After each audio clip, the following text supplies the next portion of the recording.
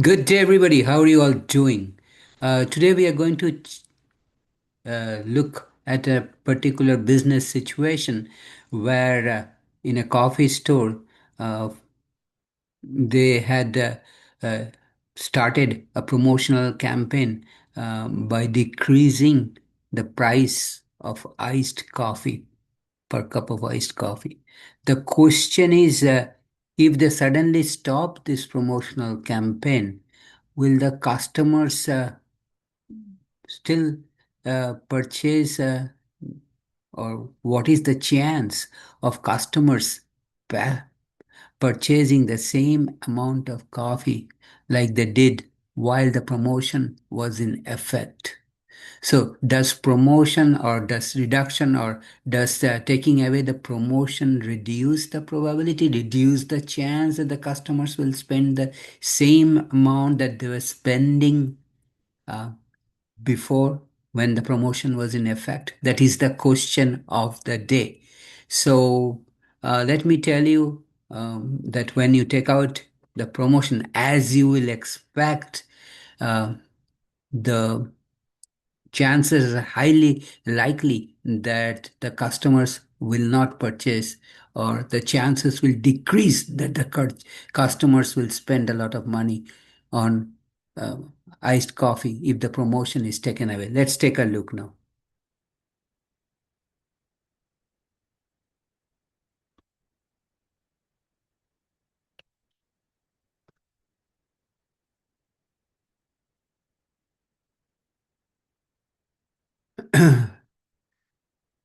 So, at a small cafe, before the introduction of promotional pricing, the average amount customers spent on iced coffee uh, drink is average amount is $4.18 with a standard deviation of 84 cents. Okay.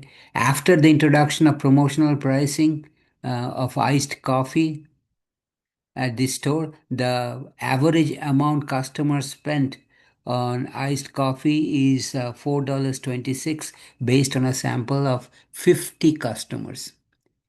If the manager then decide to end the promotional campaign after a while, how likely it is that the sample of 50 customers will spend an amount of $4.26 or more for iced coffee? So remember, before the introduction of promotional pricing, the average amount spent was $4.18 with a standard deviation of 0.84. And now, with the introduction of promotional pricing, and the average amount spent based on a sample survey of 50 customers is $4.26. So, we are talking about sampling distribution or probability distribution of sample means. Here, the mean amount spent on iced coffee from a sample of 50 customers. So, the first thing we note is our sample size. So let's do before the promotion. Mean mean is equal to $4.18, and standard deviation sigma is 0.84. Now they introduce a promotional campaign and they randomly survey a custom sample of 50 customers, sample size.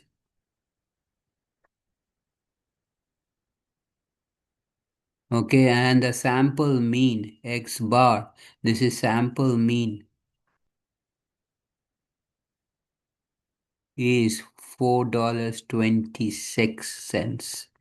So now they take away the promotion after a while. The question is, what are the chances? Will the chances be reduced? That is the bottom line. What are the chances that when the promotion is taken away, will the customers, what is the probability that the customers of samples of size 50 will still spend $4.26 or above it?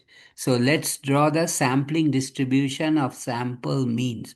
So for that, I'll create some space here. And so we are talking about the probability distribution of sample mean prices. Here the samples are of size 50. So this is X bar, sample mean price. And what is the sample size? N is 50. Okay. And this is a bell-shaped curve, but tall and thin, like this. Okay. So the center where the peak is the highest. Remember relative frequency probability on the vertical axis. So where the peak is the highest, this point, this is the mean of the sample. So this is the sampling distribution of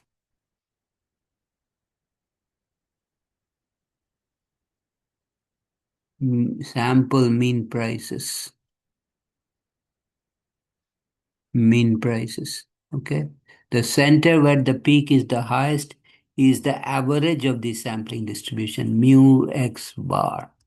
Now, from central limit theorem, let me write it down. From central limit theorem,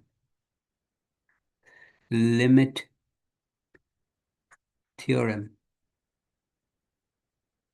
mu x bar is equal to mu, mean of the population, mean of population, which is given to us, mean of the population. So mu x bar on the horizontal axis where the peak is highest is $4.17. Now the spread of this distribution, which is sigma x bar is the standard deviation of the sampling distribution, standard deviation of the sampling distribution of the sampling distribution from central limit theorem. This is sigma x bar is equal to sigma divided by square root of n. Now sigma is already given to us is 0.84 population standard deviation, that is divided by. Why am I writing like this? Because I'm going to use TI-84 calculator, and these are the operations that you have to do. Second button and x square button will give you the square root. Inside the square root, sample size is 50, and then we press enter button. And if I move this a little bit up, we can calculate the sigma x bar, the spread of the sampling distribution, average spread, is equal to around the mean. So it is 0.84, which is the population standard deviation, divided by second button on the top left, then x square button halfway down the first column gives the square root. Inside the square root, sample size is 50, and hit enter. And that one is 0.1188.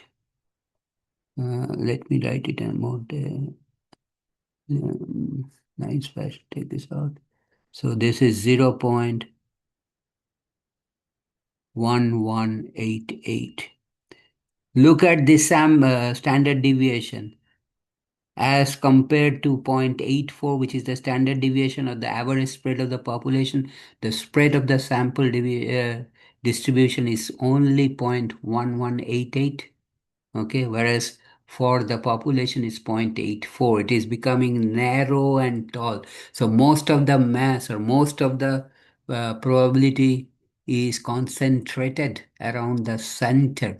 However, we want 4.26. What is the probability? So let me move this up a little bit again, and let me change the color of the paint. What should I use? Maybe I can use some blue ink. Okay. So again, at the center, We just showed that mu x bar is equal to 4.17 and the spread around the mean sigma x bar is 0.1188. And we want to find out what is the probability that customers will spend during promotion. The average spending amount for sample of size 50 was $4.26. Now the promotional pricing is gone. So the question is, will the chance of customer spending increase or decrease? Will they spend more than 426? Is there a high chance, high probability of that happening? $4 or 26 or more. So we want to find out basically what is the probability X bar is greater equal to 4.26. As you can imagine, I will draw the picture again. Uh, so let's draw the picture again. So this is the sampling distribution of the sample means. The center where the peak is the highest. So we have X bar on the horizontal axis, and this is mu X bar, and sigma X bar is the spread. Now mu X bar is $4.17 and sigma X bar is 0.1188. And we want to find out probability X bar greater or equal to 4.26. Now, center is 4.16, this 4.17, this point.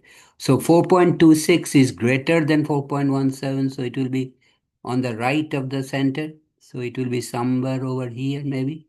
And we want to find out what is the chance or the area. Remember, in probability calculation, area under the probability distribution is the chance of an event happening. So we want to find out this area. This area, this is your $4.26. Okay, and you want to find out this whole area to the right. Okay, so area to the right under the sampling distribution, that is the same as chance or probability. Sampling distribution curve. Remember, this X bar is the average price for samples of size 50 to the right of 4.26. So, one thing we have to remember that this curve stretches to a very large number on the right. This is something like 1E99. What does it mean? It means 1 followed by 99 zeros. E is exponent, power of 10, 99 zeros. So that is where the curve stretches on the right, a very large number on the right. So let's move this up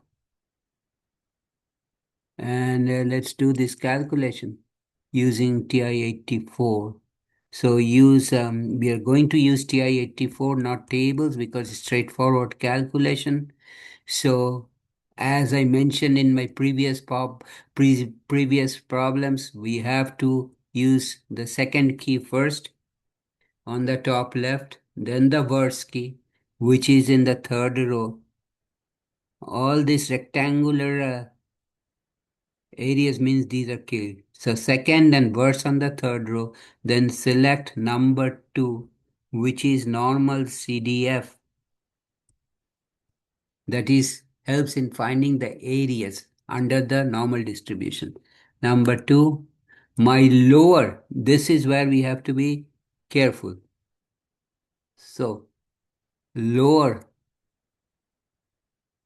is we are starting our calculation from 4.26 because greater equal to, we start from 4.26. Next is upper. As I mentioned, it is 1 followed by 99 zeros. So we type 1, then we press the second button, again on the top left, then the comma button, which is on top of the 7 button. gives me the small cap E, which stands for exponent or power, 99. The mean is 4.17, same as the population mean. The standard deviation is what we have to be careful. We do not use the standard deviation of the population. We use the standard deviation of the sampling distribution, which is standard deviation of the population divided by square root of the sample size.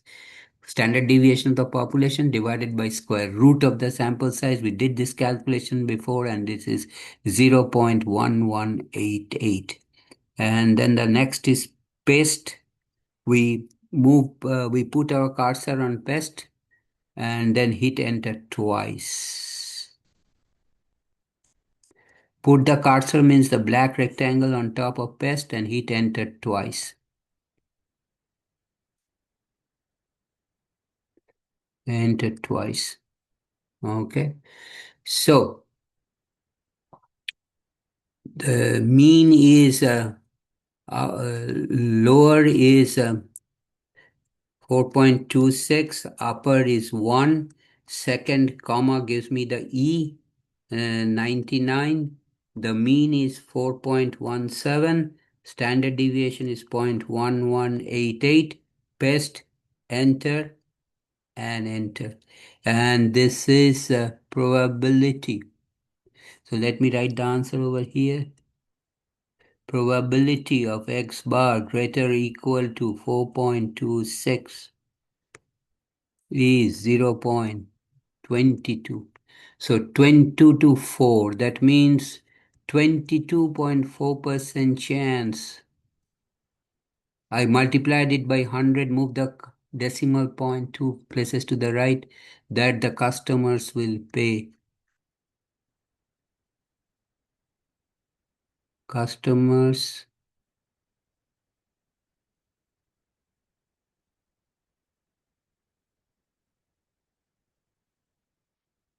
of samples of size 50 will spend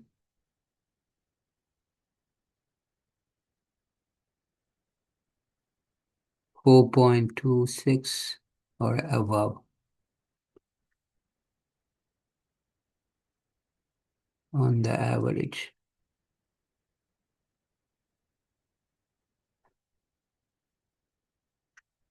Okay. So it's less than a quarter percent or less than a quarter, 25%. So you see here that the chances that the customers on the average, customer of samples of size 50 on the average will spend more than 426, either 426 or more than 420 is less than 25%. It's only 22.4% chance.